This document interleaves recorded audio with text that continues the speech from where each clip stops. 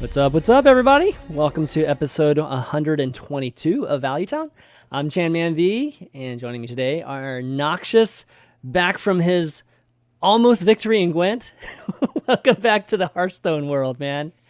Thank you. Feels good to be home, to be fair. I went to Poland thinking, I'm just going there to breathe some Polish air, come back home empty-handed. No expectations, and I ended up coming back with second place, which was pretty good. So Far from empty-handed, not even close to empty-handed. But overall, the experience was great, though. Yeah, honestly, CDPR, CD Projekt Red, is by far the best gaming studio I've ever had the chance to work with. And I've worked with a ton of them for the sake of consulting, and work and everything. It's just been, there's just nothing else to it. The CDPR is probably by far the most dedicated studio I've had the chance to meet with. Okay. Also joining us today is Th3rat. He's back. What's up, buddy?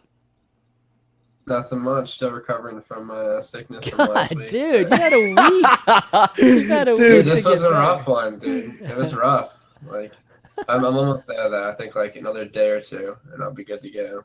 Okay. I'll say something though, dude. But just before, I think 2 days ago, I finally got past the cold and everything. I had a 3-week like sinusitis After with like DreamHack? everything. After it was like a little bit at the end of DreamHack, and then it's been nonsense, man. It was before DreamHack, and then after DreamHack, during DreamHack, everything. It's been like 3 weeks. I'm finally done. I feel you, man. You'll be fine. We need to come up with a name for the dream. You know, they always call, the PAX sickness the pox, right? Or the PAX pox or whatever. So for DreamHack, what is it, man? Is it like dream hacking or anything can you think of just from a sickness I don't know standpoint? about the dream hacking, but I'm hacking. That's what I mean. DreamHack and cough. Exactly. That's what I'm trying to get at. Hacking cough. It's kind of crazy how common it is, getting people getting sick. But everybody in a close quarters, it kind of makes sense too. Especially at DreamHack, people, it's a LAN party too. We don't actually partake in the LAN usually, but can you imagine sleeping in that room with all those people? There's bound to be a lot of people sick in that room. Yeah, well, welcome to plane rides, man. I'll tell you about a disease nest.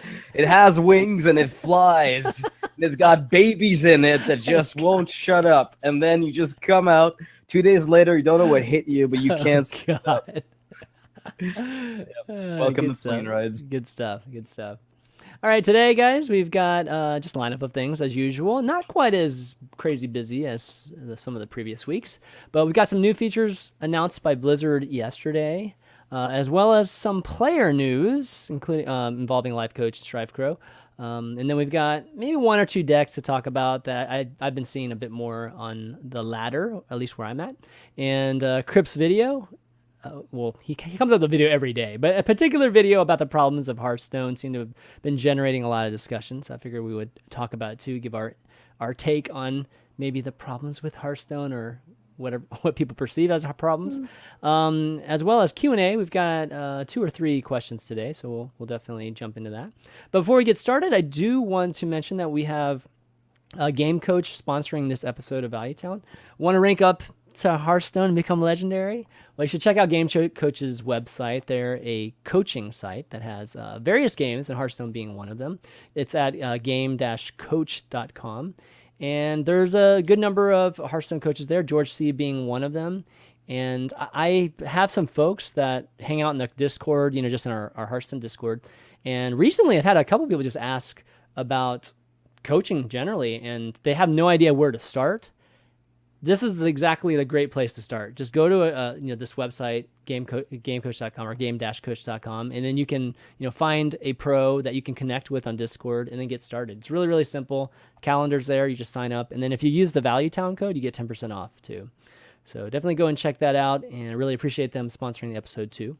As well, of course, Value Town's also sponsored by patrons, so you can go and support Value Town at patreon.com/ValueTown. All right, let's hop into the news now. And first bit of news is that we have new features coming, which is always exciting. I mean, it's not as exciting as new cards and everything, but new features is good. Depends on And the features. I trade. I was gonna say I Features. would trade new cards for features if they okay, were like, which really feature good recently features. has been just like, would trump an expansion? Which feature that they can implement, or Oh one no, that which they've feature have they implemented implemented in the recently? past has trumped an expansion? I Well, can't think have of they one. ever? Exactly. So I don't know what you guys are talking about. I would totally take new Well, we've cards never over had a features. feature I would trade I an mean, expansion for. Is my point. yeah, I If Yeah, you mean, tell that's me what we're I'm trying to getting a say. full-on tournament mode okay, in game, you tournament say mode. we're Okay, skipping an expansion. all I'm like, all right, for the future of Hearthstone, I'll suck it up. okay. I'll give But you tournament mode. Tournament mode would trump an yeah, expansion. for But there's sure. not Yeah, many we more. already gave you one. There's not many more than that though. I have to say that would What trump. about one where if I'm playing a friendly and my game crashes, I can reconnect to the same spot? No, That's No, close no, it though. I would might not. For trade me, That still five for would not cards of be an me. good. It expansion. still would Okay, not be good. for me, maybe it's worth more than it is to I you, mean, right? Yeah, it's good for event reconnections. organizers and maybe pro players and things like that. But I I mean, don't that's think good. it's better than an expansion. All right. Well, we agree to disagree there.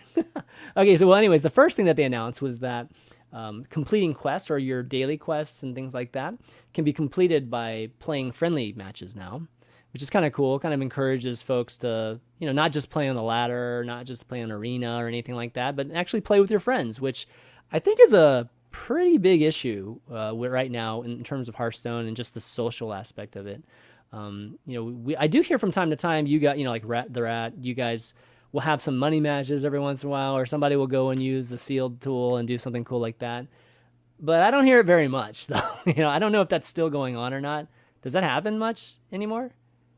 I'm always down to money match people. Amnesia, shout out. Yeah. But yeah, people really don't like playing. I've talked about it before on the show, but people like just playing the ladder. Even if it's not the most efficient way to practice, even if it's not the best way to practice, they've just always experienced the game on the ladder. They like playing the ladder. Like you'll see some people in the EU prelims right now, like playing against each other, and you'll see it next week for NA.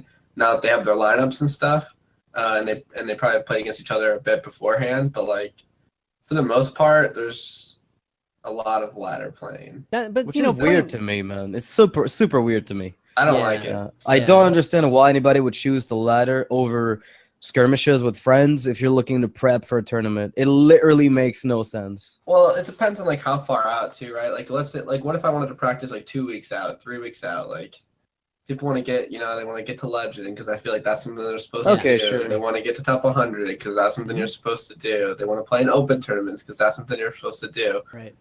It's like, when you log into World of Warcraft and you feel like you got a bunch Exactly. of dailies That's to a do good before you can analogy. even play with your friends. That's a great analogy. It just doesn't feel efficient.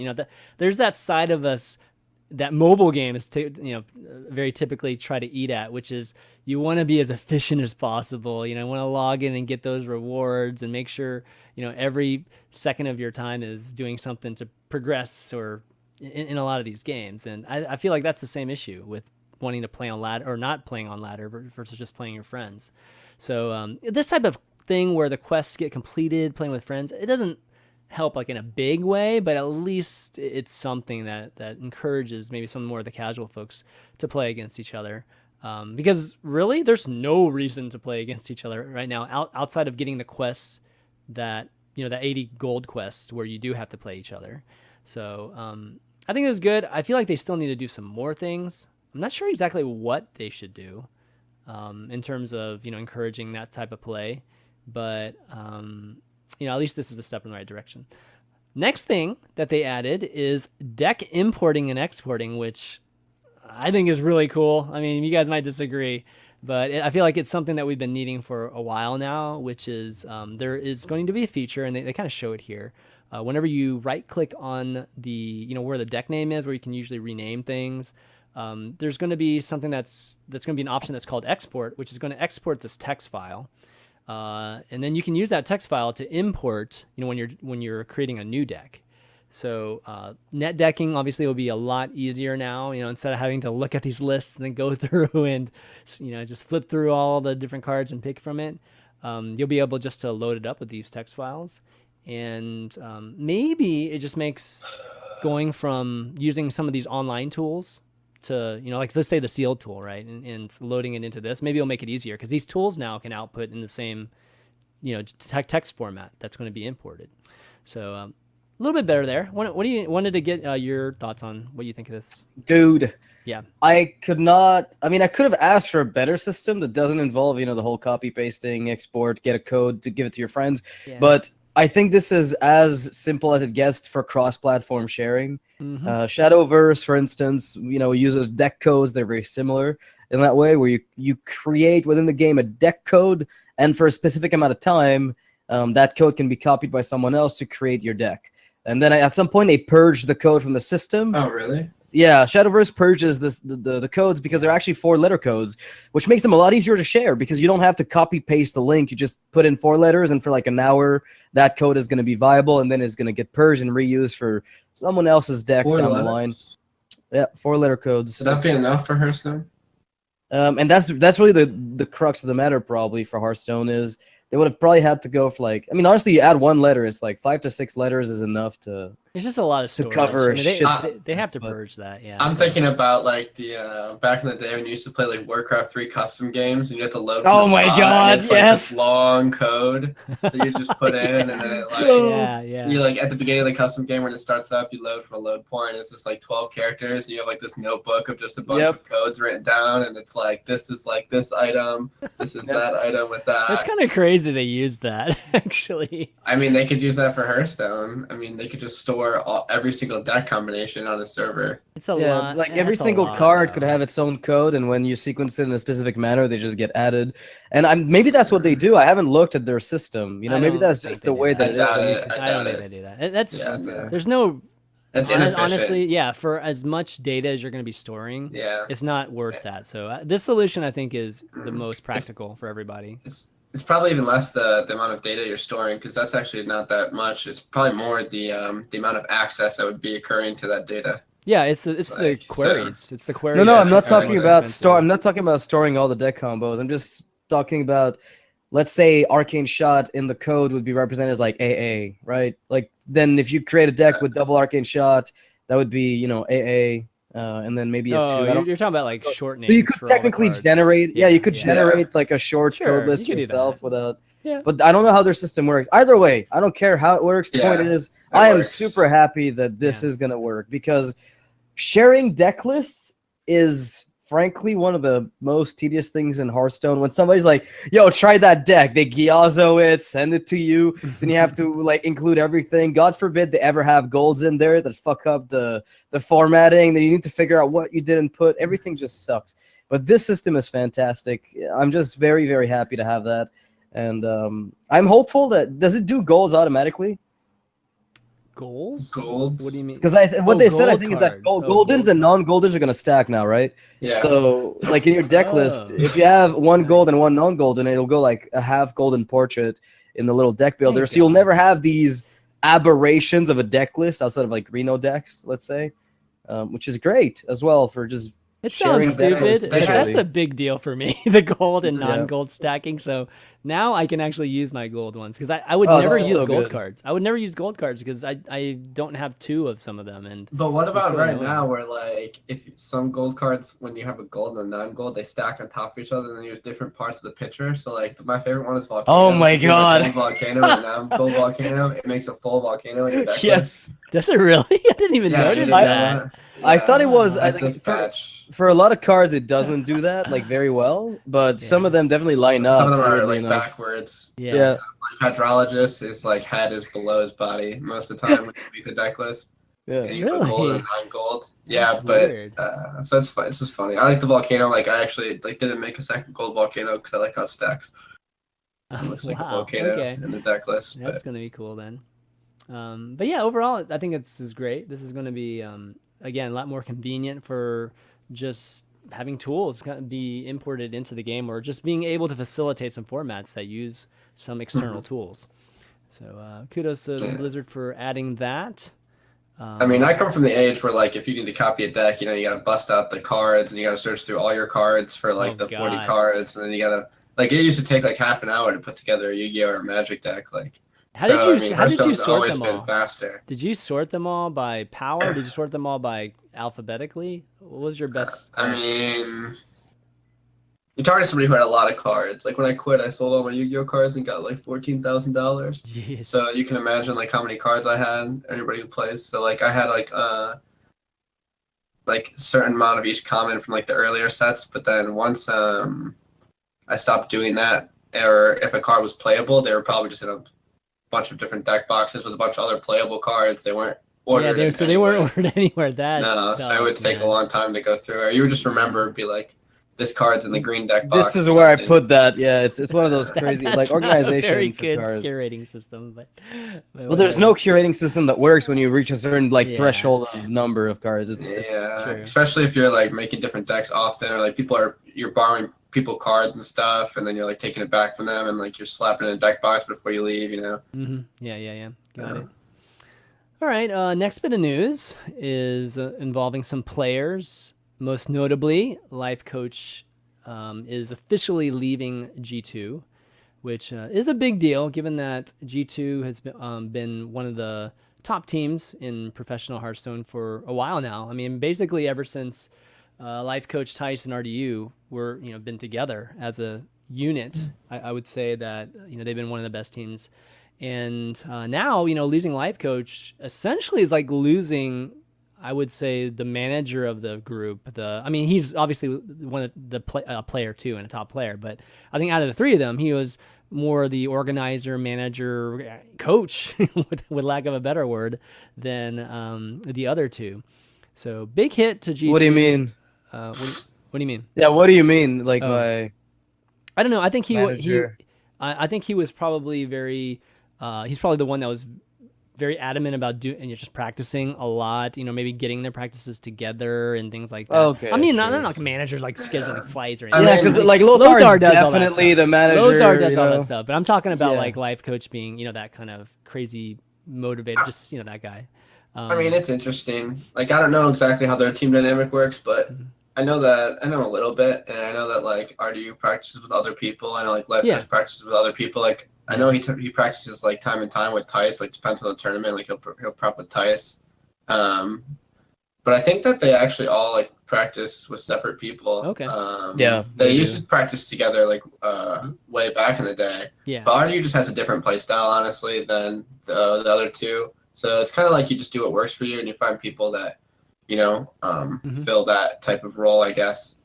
And sometimes it's also personality has to match. Like the way RDU communicates is not necessarily the way that Tice and Lifecoach communicate, and so it leads to probably like the pacing of the discussions might not be the RDU's taste. It's probably a lot slower and more paced on Lifecoach than Tice's side. Anyway, he's gone from G2, and that kind of took people off guard, right? A lot of people were surprised by that as it happened, and it's interesting that it was in the wake, of course, of the Gwent tournament that he finished first place at, and people thought, well, that's it, G2 just doesn't like Gwent.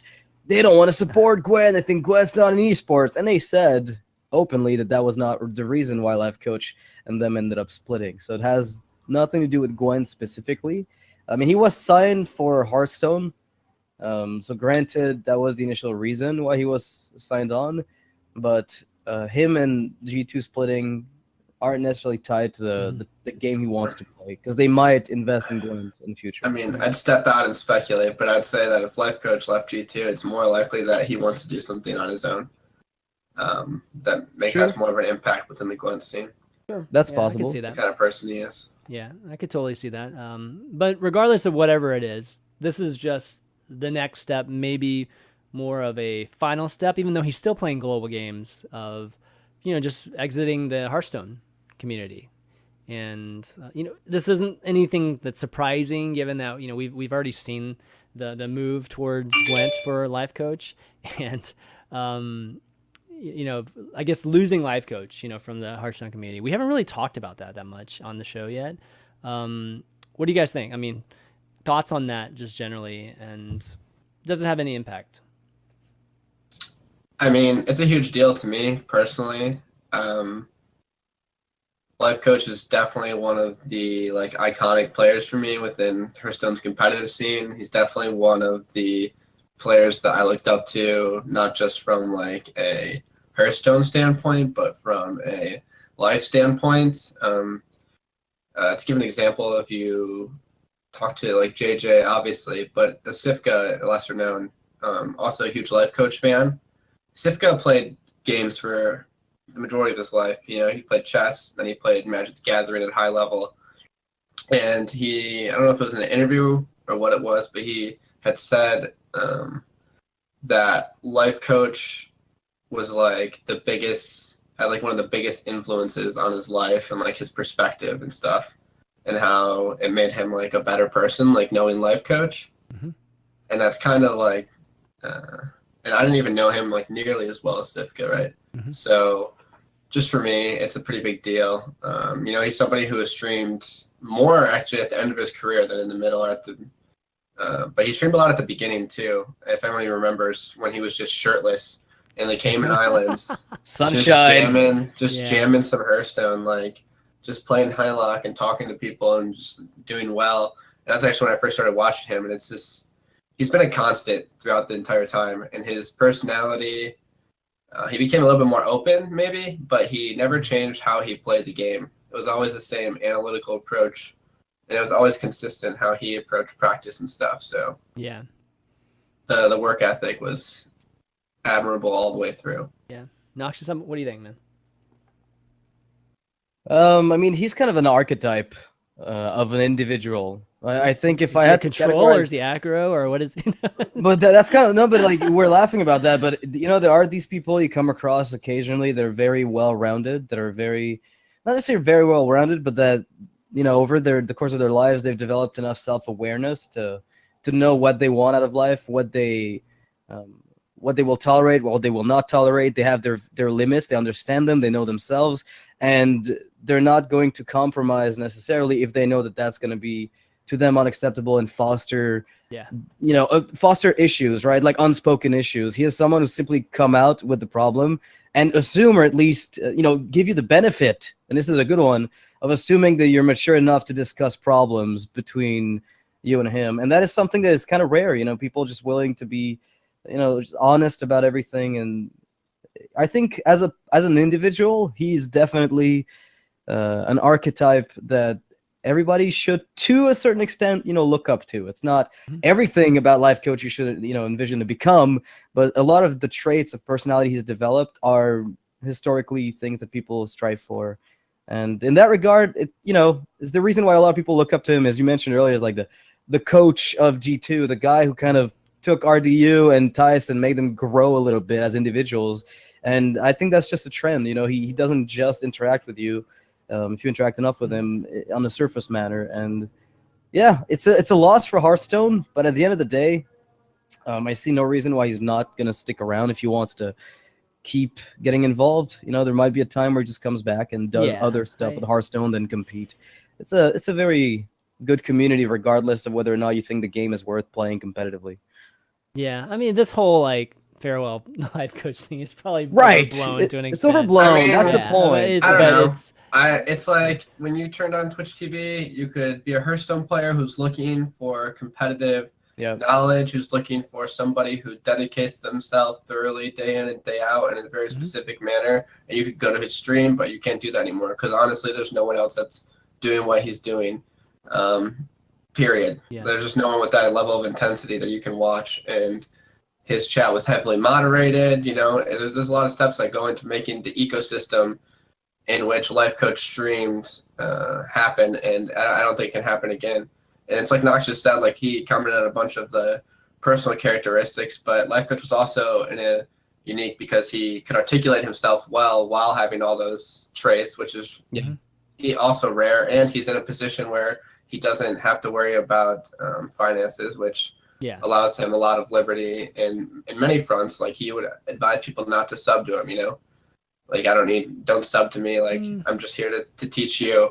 And not everyone has that luxury, and just not even, it's just hard to recreate what he brought to I mean, TV that environment that you're talking about. Hearthstone. Yeah. And I mean, definitely one of the things about Lifecoach that, that's made an impression on me just these years. I didn't really know Lifecoach that well. I mean, I've obviously met him in person and talked to him a bit, but not nearly as well as you guys, and just a lot of the other players have gotten a chance to spend real time with him. But the one thing I did notice as more of an acquaintance is that there are very few, if not any, people in the Hearthstone community that are so passionate about the community. You know what I mean? And whether the passion is, can sometimes be conflicting with, Blizzard or some of the rest of the community, especially when it comes to the competitive side of things. He's unrelenting. That's one of the things that I like about him too, is just that, he believes in this and he'll stick to those beliefs. He'll leave Hearthstone, if things don't change and he really feels something, and he'll follow up on his words like that. So his passion is always something that I really loved about him. And even my first memory of Lifecoach, or even doing something with Lifecoach, was one of generosity too, where he, it was very, very early on, back when he was probably dancing the Cayman Islands and things like that. And I think he was just starting to become known, with Sunshine Hunter, and it was like right around that time. And he had won a couple tournaments, a couple smaller tournaments, got up, I don't know, maybe 2,000 or 3,000. And, like we mentioned, he doesn't really need money. So, he just kind of, at the time, he didn't have really access to organizing a tournament. So he just reached out to me and just said if I would organize it, Sunshine Open, right? And he was just like funding the prize pool. And I was like, oh, wow, that's really, really cool of you. So we ended up doing that. And, just that whole experience, he's just like, was pretty hands off on it. He's just like, yeah, dude, I trust you. Just do it. And, like, here's like $3,000 or whatever, and just do it. So, he's always been like that. I think generally with the community, whether it came to, things like the tournament that he's been doing, throwing of cards, or even just time, just the time he spends. Like JJ's been spending how much time with him, just in the last, half year. Or That's year. like an apprenticeship. Enough to become yeah. life coach. You've seen if you've seen his mannerisms. JJ coach. went from a perfectly sane individual to someone who'll look at the screen and go, wow. I know. Calling JJ perfectly sane. I'm exaggerating because I've been teammates with him long enough to know that his salt has always been He's known but for he his salt. substituted that for just a little bit silliness. Been a bit of a role coach. Yeah. Just Yeah. kind of, it's a role model for him, clearly. Like, I don't play with volume in Hearthstone, but when I used to play in calls with JJ like a year and a half ago, I learned all of the card noises because he just makes them while he plays. Like I've never played with volume. I didn't know any of the intro sounds or anything. But then when I started playing with him, he'd keep making them. And there was like one that was like, I wasn't sure if it was an intro or not. I just thought it wasn't. And then I'd be like, why do you always say that? And he'd be like, oh, that's the intro. Oh, you know what it was? It was Mysterious Challenger for like the first week. He kept saying that. And I was like, where do you even come up with this stuff? Who am I? Yeah. And then I realized what it was. And then I was like, oh my gosh. But yeah. Oh man. Lifecoach just he's just genuine. And it's just, you don't have to question his how genuine there's only he a is few as a viewer who just tunes in instantly. You can tell. And that's rare. Yeah. Well, hopefully he's still doing some things from here, like maybe still doing the throwing of cards in Hearthstone or something. Hopefully he'll still be at least affiliated with Hearthstone in some way. But definitely going to be going, I think, balls out into Gwent. So, if you're looking for, if you're just looking for a life coach, just go check out Gwent. It's definitely a good game too. All right, next bit of news is Strifecro, just at least another player, is leaving Cloud9, or has left Cloud9 and is joining Phoenix One. So yet another player leaving Cloud9. Are they officially like out of players now, or Tide's still part of? They have Kalento, and I think Kalento. Okay. Is Tide still part of it? I can't remember anymore. No, Tide's not part of it. He's just a roommate of Strifecro. Is this a Kalento? I mean, Kalento's contract's probably almost up too. Isn't there some wasn't there like a Forsen joke or something about Cloud9? What do you mean? Like he uploaded a video, it's like Cloud9 Forsen plays, and then Kipler replied to the tweet and said that Forsen chased Strifecro out. I don't know what the deal is with that. What? Okay. Okay.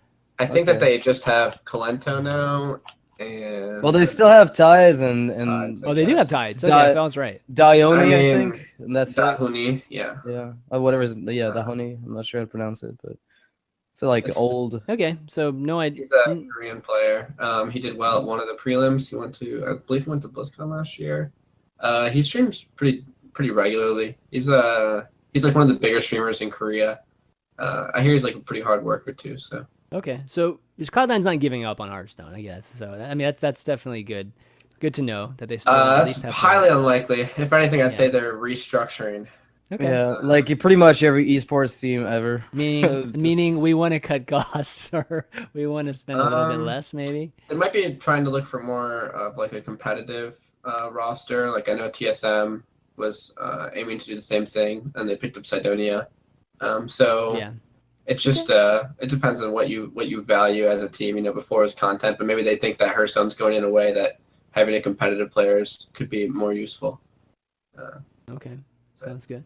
Kind of it's kind of crazy that we're in a day now that Strifecro is not, I guess, a competitive player. I mean, I think Strifecro is a competitive player, but he didn't make prelims. It's not that Strifecro isn't competitive, but he's good at the game. I've always said this about Strifecro. I've been harsh on him over my career at some points, but I always kept pretty consistent viewpoint that if Strifecro wanted to be good, he could be good. Yeah. Like if he wanted to make prelims, he would make prelims. Like I was with him at DreamHack Austin for the night after the event was over at like 2 a.m. He came to the diner to eat with us, and this is right after it was after 3 actually, because the season was over, and he could have sat top 100 and qualified for prelims, but he got bored, so he played, and he ended up finishing like 120, and now he didn't make prelims, and he's like, I just don't care. Yeah. Yeah. Which is, that's what not his priorities. It's not his priorities. So Yeah. that's just how it's going to be. Like he enjoys streaming or whatever, enjoys the game in a different manner. So, Right. But if he wants to be a top player, he can be a top player. Especially in this meta, we've seen in this environment, players, we've seen players similar to him doing very well. And I actually predicted this when the set came out. Yeah. That like this is the kind of set where you see someone like Kalento and Strifecro doing very well because they play the game in a manner they prefer. I know playstyles are a meme, but they prefer the playstyle this kind of meta brings, I guess, as opposed to like a combo meta that involves a deck like Patron or even a deck like Mali Druid. They don't necessarily like to play those decks as much, so they don't play as well when those decks are the top decks in the meta. Right. Okay. And I guess the next bit of news is that the EU prelims are going to be coming up this weekend, and for the other regions, in a NA player like yourself, Th3rat, this is kind of the wait and see moment, right? You guys are just kind of like, I think you guys are just waiting to see what kind of decks come out so that you can start your ideas for what you're going to be doing, for your prelims. Kind of fill us in on that. Yeah, I mean, everyone approaches it differently. I'm kind of a wait and see type of person. I don't really stick to one deck or archetype, despite the Patron memes. I've usually branched out and played multiple decks. I think in Hearthstone, you need to be able to do that to be successful anyways. Mm-hmm. So I've always been ready to like switch decks and learn a new deck at any point. Or, I don't really have an affinity for any type of, I guess, deck in Hearthstone. But a lot of players do. So they might not necessarily be on the wait and see, or they might be on the wait and see, but in reality, it's more like, well, I'm going to play aggro no matter what anyways. It's like Green Sheep, for instance. He's going to bring aggro decks. If they don't work, he's going to find a way that they work best, and he's going to play that because that's what he plays. He's not going to bring control decks because he's never played control decks. Sure, yeah. And it feels like a reinvestment of time into learning a skill that he never learned, because in reality, control decks do play a lot different than aggro decks in Hearthstone. So it's definitely interesting. And there's already breakdowns of the EU playoff deck list. Saiyan did a stream, Muzzy did a stream. I've got a document where I'm trying to figure out what the spread is exactly, or what the best lineup would have been if I would have brought it to this tournament. Mm-hmm. Usually the EU and the NA tournaments are similar. There was one time where, if you remember DreamHack Austin last year, Chalky won with N'Zoth Paladin and N'Zoth Priest, and then people brought that to the EU playoffs, but everyone in NA already knew that those decks weren't actually good. So then we didn't bring those decks when we went to playoffs. But other than that, it's usually a very similar field. Historically, if you look at both the drives and you compare the changes. So here's a question. Since you're gonna be looking at that, I was talking with Firebat yesterday, and we basically discussed the likelihood of it's kind of a meta snapshot what it would look like. And the assumption is that anybody who brings control is going to get completely shat on by hyper aggro decks, and that the NA prelims will be filled with aggro decks as a result of how dominant they'll be in EU. Do you think that's going to be the case, or? No. Okay. I don't think that hyper Short answer. aggro decks. I don't think that hyper aggro decks have a huge advantage against control. It's interesting because common card game knowledge would tell you that mid range beats aggro, and and then like slightly outvalues it or whatever. But it's not necessarily the case in Hearthstone always because of how tempo works, and you can choose the board trades. Mostly the aggro decks tend to have a little bit of an advantage, but we've seen some players in the EU prelims go with a deck that's not very common at all. It's only a few people, but it's like a mid-range druid where you play it's like it's like a step further than what Chalky and Amnesia played at DreamHack Austin, where they included Druid of the Claw. It's like a step further, and it's even more mid-range than that, to try to like edge the matchup out against the aggro decks. But control decks, I mean, they still are pretty good against aggro. Like they can have a Doomsayer, etc. Also, if there's ever going to be a time where you're going to see control decks being played optimally, it's probably in specifically the EU prelims. They have a lot of players there who tend to play control decks. So if there's a chance that control decks are going to edge out the rest of the lineups, I think it's definitely in EU. I also think a lot of the lineups in general are just close. Like even the aggro versus the mid-range versus the control versus the combo. I think they're all like pretty similar matchups. I think it actually comes down to how you play. That's good. I mean, it's good that there's variety. Otherwise, to some extent. Otherwise, people are going to be bringing the same lineups and banning the same thing, and that gets boring to watch. Yeah, a lot of people have a complaint about Quest Rogue because the deck's like not interactive. And well, I agree that Quest Rogue is not the best. I think it's kind of stupid, but it also has a place in defining the meta, and that it keeps a balance between aggro and control decks. And if you didn't have it, I think you'd actually see just how powerful control decks are. Control is, for sure, man. That would just super long games. Like and this is the kind of area where like I think it's interesting because I think the Gold Series had one extra deck, if I remember correctly, or not the Gold Series, the E versus CN, they had to have one extra class. Yeah. Like it was a 4 or 5 classes, which is a huge deal in determining what decks to bring.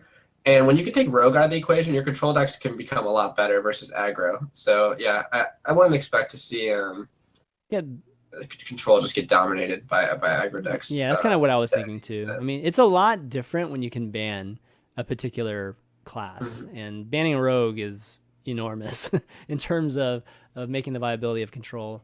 So that's good. I actually like that. I mean, there's going to be definitely a lot of variety. It would be surprising to see full lineups of just control, full lineups of just aggro. I mean, it definitely exists. There's definitely some full lineups and some full aggro. There's actually a lot of full aggro lineups. Have we seen one win though? I mean, I feel like still a little bit, just a little bit of hedging, a tiny bit of hybrids. Well, I think the aggro player in EU versus CN ended up losing in the finals, if I remember correctly. Yeah, I think so too. But I mean, that's like one tournament result, and the guy still made the finals with aggro, and he was also one of the only players who brought quad aggro, if not the only player that brought quad aggro in the top 8, if I remember correctly. So, I mean, I think aggro is definitely good. It's just, if you want to beat aggro as a control, you can accomplish that in this meta, is what I'm saying. You can totally do that. So if they decide to tech for that, then that's not going to be a problem. But aggro always gets there. There's at least going to be one aggro in the top 8. Like, given the tournament spread, you have an expected amount of decks that do, or expected lineups that do well. And like, it's going to be like an aggro. There's going to be a control. Like, regardless of what was best to bring to the tournament, because that's just how, on average, there's going to be, Sure. So, I don't know. I'm excited to see what happens. But I think that lineup does, as much as I said that play matters, which I think it does, I think that bringing the right lineup is also pretty important. Of course. I like Silence Priest in the meta. I can say that. Serious? Unlikely that I'm not bringing Silence Priest. I think that deck just, it's so solid. It comes back. It'll obviously it was super strong in the beginning, then it disappeared for a while, and now it's coming back again. It's kind of funny. We talked about we talked about this priest how many weeks ago, right? Like, Yeah. you know, I mean, a I don't month play ago, Silence right? Priest. I actually don't play Silence Priest. I'm playing like a different priest deck that's like doesn't run any of the silence stuff, and it's just more anti-aggro. So it's got like Tortle and Shellraiser in it. Yeah. That's what I won my Open Cup with this month. I'm not sure if it's actually better than Silence Priest or in general. I think it's better versus aggro. It's like last week I said it's like a spectrum, you know. Yeah. I don't know if I'll go with that deck list. I don't think I will. I think I will end up just going with Silence Priest. I think it's stronger overall. But if you watch like the test matches between people, like that are play testing, you'll see like the aggro lineup sometimes ban Silence Priests, and it's like, well, if aggro's banning Silence Priests and control lineups are banning Silence Priests, like, Why bring it? well, no, it's like, No, isn't actually, Silence It's the Priest just opposite. the best It's the deck? opposite. Yeah. Isn't Oh. it just the best deck then? Like, Oh. my seen aggro that happen opponents a need to lot. ban it, and my control opponents need to ban it. It's like, but the control needs to ban the rogue, right? Because the rogue's gonna get there. So it's like, if your Silence Priest is good against control, and you still see some aggro decks banning it, it's like, isn't that deck just really good? So stuff like that is what you really get to see on EU prelims, because you get to see if you wanted to, you could catalog every single game that's played because it's played on Battlefy, Yeah. and you could even catalog every single ban, and then you could see like how effective Silence Priest was against aggro in basically like the most real situation you're going to get to what you're going to be doing. Yeah. So that's the kind of data that you get from there's seeing the EU prelims like unfold, I guess. there's definitely some control decks that do well against Silence Priest, but I think there's a lot of them that are weak against it. Kind of interesting. And Priest, I saw how Priest did in the EU China tournament. It didn't do too well in that tournament, so it'll be interesting if it makes at least has some success in the EU prelims. But excited to see it though. That'd be definitely great. But that's going to be this weekend, guys, and I think the NA one is last, right? No, anyways, wait, is anyone next week? Next week? NA next next week, week, yeah. and then the APAC or the Asian one is after that. So, it's going to be back to back. It's going to be a pretty busy month here, with global games and HCT prelims at the same time. Pretty crazy, but lots of Hearthstone for everybody to watch, which is always great. Before we move on, I want to talk about, or just give a shout out to just all the iTunes folks that listen to Value Town on their work rides or their I don't know, it's on their iPads or their iPhones. And for those of you that didn't know, we are available there as well as SoundCloud and Google Podcasts. So just check us out. Kind of look for us there if you can. And if you do enjoy the show, leave us a 5-star review because it helps folks find us whenever they're searching for Hearthstone in the search box. But do want to give a shout out to Boo Dandley, who was the last person to leave a nice note and a 5-star review. Thanks so much for that. And it doesn't cost any money too. If you want to help us, you just help the show. That's probably the best way to do it. But if you do want to throw some money our way, we do have a Patreon that's also available that you can go to patreon.com/valuetown. And we've got a lot of great supporters. These folks make the show happen each and every week and really are the foundation of the show. So big thanks to our legend producer, as always, Mike T, and a few others, Radan, Davin P, Havoc, Vincent G, Julius K, Jacob P, Brendan T, Blake T, Jeff B, and Eric C. Thanks so much for doing that, and always appreciate that. We're still under the milestone. It's so funny. We get like so close, and then it kind of comes back down a little bit, but we'll get there. We'll get there definitely soon. It's like a sine wave of It salt is. and giggles. Well, what's cool is that we're getting more and more patrons. It's just the total just doesn't quite reach that spot. So yeah, and that's really cool. As long as good stuff, man. The more people, the better. Even if the pledge is small, it's just great to have more people supporting the show. Absolutely. And we've been doing Deck of the Week, guys, on Mondays at 1. We do like this mini show for the patrons, and we've done like 4. We've done 5 decks so far, and this week I wanted to do a Shaman deck. So that's kind of why for deck talk here, kind of brought up, or at least brought maybe a couple of Shaman decks. Some of the decks that we've kind of talked about in the past, but I figured kind of bring it up since I've been seeing it a bit more, whether it's the EU China tournament or it's even on the ladder. So the one on the left we got here is Stan Sifka's, the one that he played.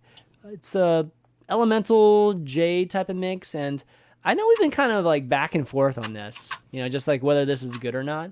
Kind of want to get y'all's opinions as to how good the hybrid is right now. There's a lot of people who brought a Shaman to EU playoffs. I don't have the document right now in front of me that shows. But I actually played a list that was running double Twilight Hammer right at the beginning. Oh wow. It's Okay. actually Sifka's list is 2 cards off of a list I played the first week already that me and Astro went open with the previous month. 3 cards off, my bad. Nice. Basically, the deck is good versus aggro because of all the early game tools it has. And it also has a lot of game against control. It's the kind of deck that's just, you feel good when you play it, I guess, is what I'm trying to say. Like, you feel good when you win with it. You feel like you have a chance, I guess, against any archetype, any other deck, Yeah. It which curves is a well. huge deal for a lot of people. So Yeah. It looks like it curves super well. Like, the distribution. That's kind of what it very does. even. Yeah. I mean, if you look at the way that it's built, it's aiming to blow people out with that lust, right? Yeah. Which is like Bloodlust is kind of one of those cards that it sometimes fades in and out of people's deck lists, but then when you find one of these gems of a deck where you can just with Firefly, the Firefly is just so good at Flame Tongue Totem. You've got the Jade Claws, it's really good with it. When you can solidify a board state very naturally as Shaman, which is usually what they can do, and you have the ability to just sprinkle in a Bloodlust because you're not encountering anything too quick for you to handle, that just gives you a win condition against control in a single slot, and that's a huge deal. Just in and of itself, you can just count on that at some point to give you the game. I mean, you can always just play Calamus and then play the invocation that fills the board too, and you always have a shot. You always have a shot. Definitely. There's other aspects that go well with Bloodlust in this list too. I haven't pulled up like Stonehill Defenders and Hot Spring Guardians have high health totals, so they usually stick on the board versus like a War Axe and stuff. Obviously you have Ghoul and you have ways to trade up there, but just high health minions that just stick around versus control give you extra value with Bloodlust, and those cards are just naturally good against aggro because they have taunt and high health totals. And similar to a way that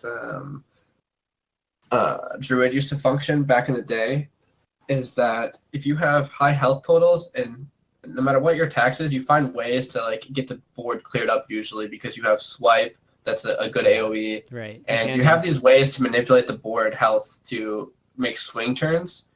Or you can stall until you swipe and it clears the board, and you take minimal face damage. And Shaman's very much like that with Maelstrom Portal or Devolve into something. But if you see his list, he's not even playing like any Lightning Storms, which is like pretty telling. Like people have always thought that card's like quite bad. And if you're ever in a position where you can afford not to run it, you don't want to. Like overall, the card's not great. Like it works when you use it. It clears the board. Like it was very good in the mid range Shaman meta because of the nature of that matchup, mid range Shaman versus mid range Shaman. But overall, like the card itself is like overcosted. Yeah. Like the cost you pay for its effect is too high. Where a card like Maelstrom Portal is incredibly undercosted for the effect it gives you. Yeah. So having like low attack on your minions like Stonehill Defender and Hot Spring, which would usually be poor in like situations where you need to trade, is mitigated by having cards like Jade Claws, cards like Maelstrom Portal, that allow you to kind of trade up for free. It's amazing how effective Stonehill Defender is against aggro. There's many times where throwing it up it feels pretty good. It's like a lot of times they have to swing twice at the thing to get rid of it, because the weapons. But that's the thing, though. It's like it's really down to like Stonehill Defender on its own would not be good enough, I think, to be played if you don't have. Of course not. Yeah. The Flame Tongue, right? Like to have the ability to trade up with it. Yeah, Flame Tongue is another good example of making use of the high health. Also, I think the power, like where the power turns come are after that turn 3, right? So if you can just bridge yourself to those 4, 5, 6, and up turns, then the Shaman's, stabilize completely against aggro. So definitely check this deck out, guys. This might be the deck that we play for deck of the week. I think this will be the deck we play with. I'll have to survey folks, see if they want to play the Evolve one or not. But out of the two, this one's definitely better because the other one here I have is an Evolve deck, and it's not that much different than, honestly, an Evolve deck I've talked about in the past. But I'd say maybe the thing to talk about is the Stonehill Defender, like in this deck. It is very similar. It kind of operates very similar to how it does in the Elemental deck, and just kind of gives you a bit more value. But is it really necessary in this deck, in your opinion? I mean, it just fits the mold. Yeah, it just so? works. Because like the thing is that Stonehill Defender is a garbage 3-drop, and if you can evolve it, it just becomes better. And if it gets you a thing from below, then that's just what you want to get. Like if you're not looking for those, Earth Elementals and whatnot, I think it's a perfectly fine card. And it comes down again back to the fact that its body itself is useless. If you can turn that into something good, then all the better. So it's not really the discovery that's super impactful here. Is the fact that it draws you a card and is a really decent evolve target at the end of the day. So. Yeah, I mean, it can get you Jade the fact too, that it right? has a big butt means it just doesn't die. Which Doesn't die Yeah. exactly to to like evolve it. easy. The following turn. Yeah. Yeah, I like Evolve Shaman. I think the Powerfin Totem is just like we it's might so not good. see it be good. And this, like at the end of the day, like we might play this meta for months, and Promofin Totem might not find a spot, but that card is I love that card. very good. That card is so sick, but just can't As quite. it turns out, a card that Paladin hero powers every turn at the end of the turn is good. You think so? And it helps with buffing some other minion sometimes, and maybe even completing a quest of one of these days. I mean, It's 2 mana, gain crazy 4 health, sometimes. set up a board. It's just insane. And if they don't deal with it, you just sometimes snowball out of control ridiculously. Yeah. Yeah. Stonehill Defender is definitely good in this deck with the Bloodlust and stuff as well. But like, it's actually more likely that Stonehill Defender is worse in other decks. And DreamHack Austin, Shoop didn't even play Stonehill Defender in his Control Paladin deck, just for the sake of streamlining the deck so that it can actually be efficient against other control decks and stuff. Less about having the access to the value and more about just playing the best card you can every turn, I guess, so to speak. And that kind of goes back to what I said about Paladin. Like, yeah, they have Consecration, which helps you trade up. But Stonehill Defender, the way the one attack works is sometimes Consecration just isn't enough. And it's just not as effective, I guess, at using Stonehill's body as like a Shaman deck is. Yeah. With like the Flame Tongues and stuff, which is interesting because Stonehill Defender obviously grabs nuts targets in Paladin. And I think it's still really good in Paladin. Like I'd play Blooded players are taking it out. So Yeah. All right. So Shaman obviously has kind of come down a little bit. Maybe from where it started, or actually it started kind of low and then it kind of had a rise, and then maybe I think it's actually rising, if anything. Yeah, I think it's kind of on it's the been rise again fluctuating. now. Yeah. So I figured it would be a good time, and it's been performing pretty well on the ladder too, from what I've seen from stats. Expect that, guys. Expect some kind of Shaman for deck of the week, and we'll definitely hop onto it. Okay, next thing is I just want to remind you guys again that this episode is sponsored by GameCoach, and GameCoach is a coaching site. If you're looking to improve in Hearthstone, they've got Hearthstone coaches like George C over there, and they're ready to get some students. So here's a quick video that kind of shows you a little bit more about GameCoach. Here at GameCoach, we have a variety of games such as League of Legends, Hearthstone, CSGO, Overwatch, and many more to come in the future. When you have picked a game of your liking, simply choose one of our fantastic coaches by clicking on his or her profile. Here you will see background information and their calendar availability for a lesson. Starting a lesson is super easy. Coordinate with your coach and meet up on Discord, and then jump on a voice channel and begin your journey to becoming legendary. GameCoach. Just Druid.